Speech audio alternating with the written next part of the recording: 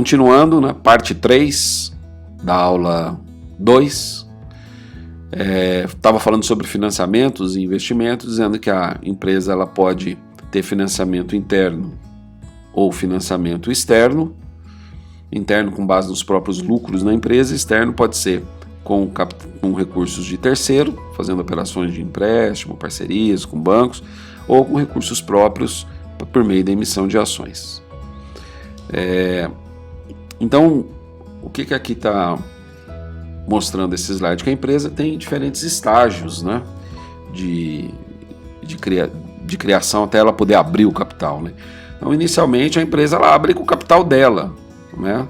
Quando a gente pega no início da empresa, aqui eu vou com o mouse, aqui, a gente vai no início, os primeiros anos da empresa, nos primeiros meses, às vezes a pessoa fala, olha, eu preciso de um empréstimo, o banco fala, não, sua empresa não tem faturamento ainda, ou só tem faturamento por 2, 3 meses, ela não consegue fazer levantamento algum.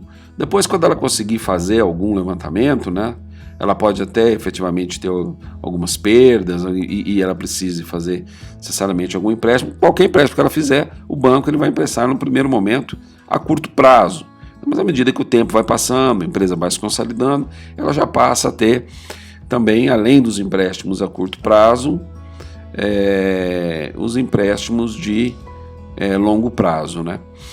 E aí até ela chegar lá para frente, ela já está acostumada a trabalhar com os empréstimos de curto prazo, de longo prazo, e ela vai poder abrir ali os seus títulos, né, as suas ações na bolsa, vai poder se estruturar. Já é uma empresa que tem que estar bem estruturada do ponto de vista de gestão, do ponto de vista de governança, para ela poder abrir o capital e chegar no último estágio.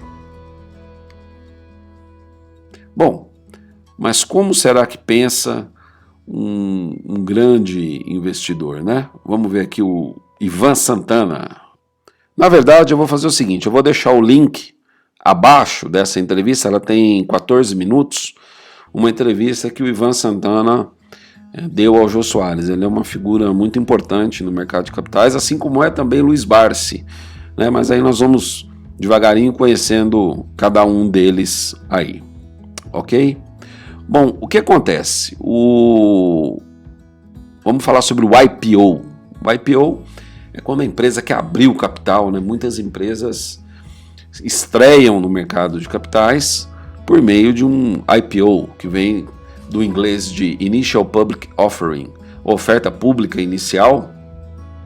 É o momento que a empresa ela vai ao mercado, coloca suas ações ali com base num estudo que foi feito e lança para o mercado comprar, né? Então é a primeira vez ali, ela vai à bolsa, ela lança as ações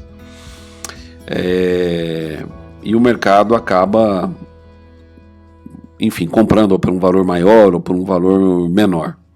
Agora, isso na oferta primária, quando ela faz o IPO. Já na secundária, não é mais o lançamento das novas ações. Aí as ações elas já estão sendo negociadas, né, no mercado de uma maneira geral. Então, porque o que acontece? Se a empresa ela faz o lançamento das ações, ela vai lá e vende ações, por exemplo, por R$40, né? Então foi o valor que ela captou por 1 milhão de ações, a R$40, 40 milhões de reais. Aí essa ação, depois ela começa a ser negociada no mercado secundário, entre as pessoas, né? Aí nós temos a seguinte situação. Ela pode ser vendida a 38, 35 ou 44, 45, 50. Não significa que a empresa está com essas ações, com esse valor dentro, essa diferença de valor não é do capital dela, é dos investidores que estão operando, né? Bom, aqui nós temos dois casos interessantes, né? Que foi o caso do Magazine Luiza. O Magazine Luiza, a ação era R$1 em 2015, dezembro de 2015, e ela chegou a 340, 360 reais em, não sei se agosto ou setembro de 2019, né? acho que foi em julho, agosto de 2019, e aí ela fez um split de ações, né? As ações passaram a valer R$34, R$35, né?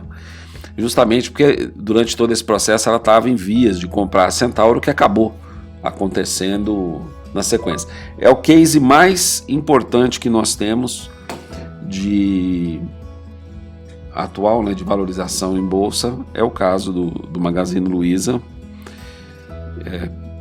que com as suas ações desde 2015 aí a R$1, ela já estava na bolsa desde antes, mas hoje é um dos maiores fenômenos de bolsa. E tem se comprovado, né?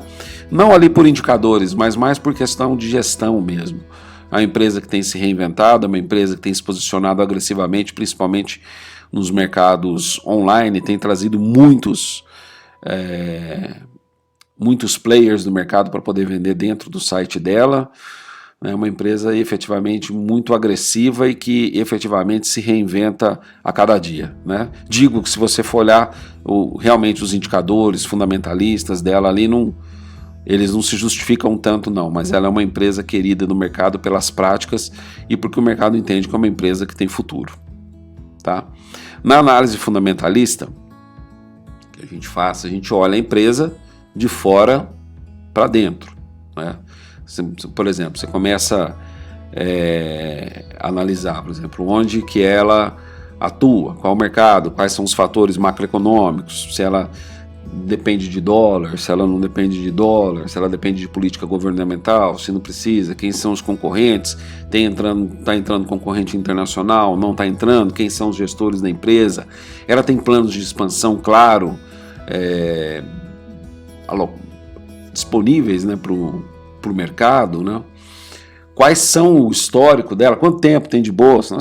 Nós temos empresas na Bolsa de Valor aqui de São Paulo que tem mais de 100 anos, né? Então você pensa que é uma empresa que vai acabar depois de amanhã, não vai, né? Então você começa a analisar de fora para dentro, é isso, como é que está essa situação, né?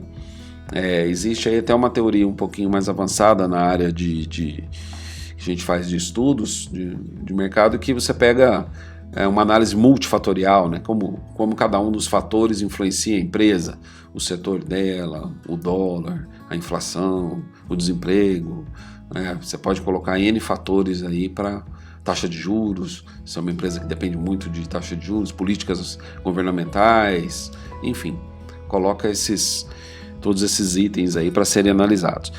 Bom, e quais são os indicadores que a gente pode observar dessa empresa, né? Que você batendo ali uma fotografia, o crescimento que ela tem tido nos últimos anos no mercado, o crescimento do patrimônio líquido dela, pagamento de dividendos, né?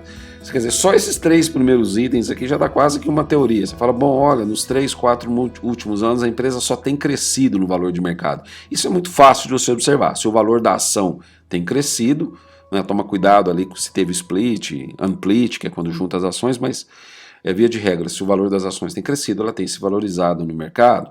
O patrimônio líquido dela, um patrimônio líquido também que tem crescido, é uma empresa que tem tido lucro, né, lucro crescente, com patrimônio líquido crescente, aí é um bom sinal. É uma empresa que paga dividendos? Não pagar dividendos não significa que a empresa é ruim, significa que ela tem um lucro de repente alto e ela reinveste nela, né? Mas é importante que ela tenha lucro e que você saiba identificar claramente para onde esse lucro está indo, né?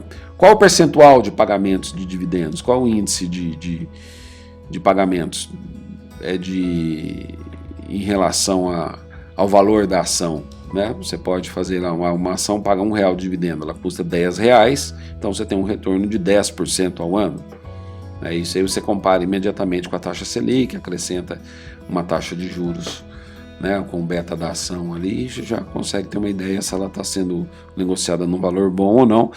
E também você pode olhar, né, os documentos que a empresa disponibiliza, documentos internos, com projeção desses indicadores, para poder ajudar. Moral da história, antes de investir, estude bem a empresa. Ok? Vamos para parte 4.